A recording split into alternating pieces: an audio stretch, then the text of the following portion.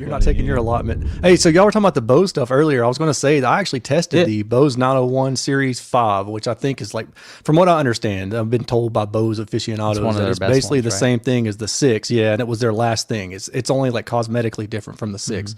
And so I measured it. It measured basically like it sounded.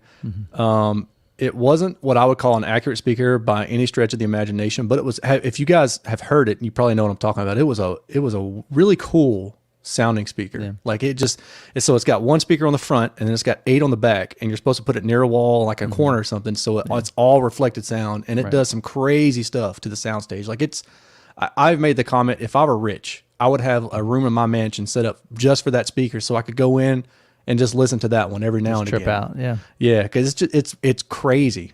And when I sold it to a guy on he met me on not Craigslist, like Facebook Marketplace, and he was probably in his 60s or 70s, and he said, "Man, I used to have these back in high school in the 70s or whenever it was," and he was just telling me the story, and I was like, "That's the majority of the people who love these speakers. Absolutely. They remember, it's nostalgia for them." Yeah, absolutely. It's what they grew up with. It's what they I would love to see a polar pattern of that particular speaker, and that's what I try to tell people is like, just because it's not like magic where when you reveal what's happening, it's just the magic's not there anymore, right? It's not that, because like if you were to show, okay, this is exactly what it's doing, it's still fun. Like it's still cool, right? It's not like, oh, he revealed it, now it sucks. Like I thought it was interesting in your measurement of the Klipsch heresies, how you were saying, because it's so wild, it might throw certain frequencies forward and some back, so it adds kind of layers. Right. Like that's no problem. If somebody describes that and that's fun to them, cool. Yeah. There's no problem, the fact that you show how it's being done. If you want to see it, I can give you, this is kind of a quick example. Open a new tab. Let's see here. So this, it may be really hard to read. So the front is, let's see here, going down. Going down. Down is the front. And red is higher energy, and then blue and green are lower energy. So you can see that there's lower energy toward the front. Like this is horizontal if you're looking top down, bird's eye view. And then this is the back going backwards, and then like the back half of it going this way.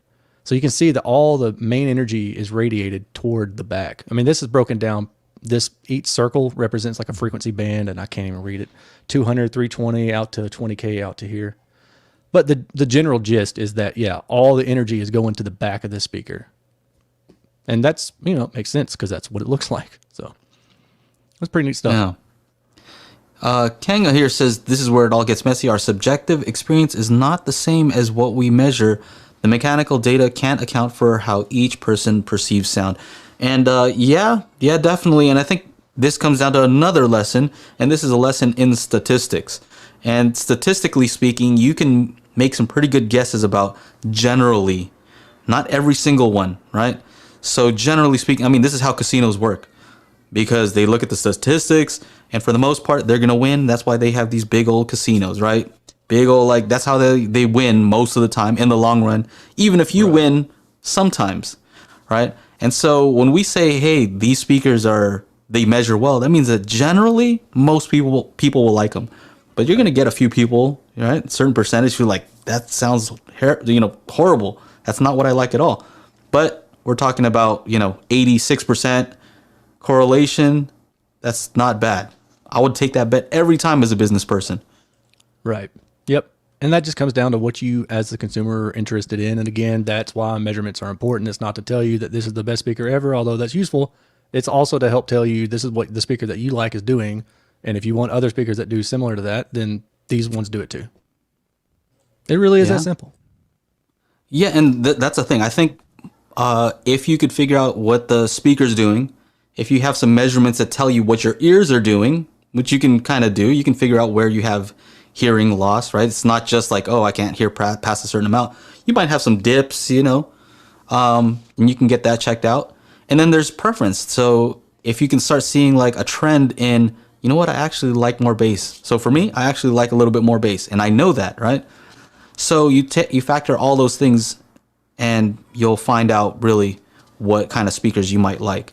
And then there's the whole thing of how it looks, and that's a whole different thing, right? Sure. Oh yeah, status. I think you mentioned it in your video to Steve. Yeah. But yeah, status. I mean, there's some speakers that just look freaking awesome. And you can guarantee they're probably not going to sound good, but they look pretty darn cool, you know? Starting to get into furniture at that point.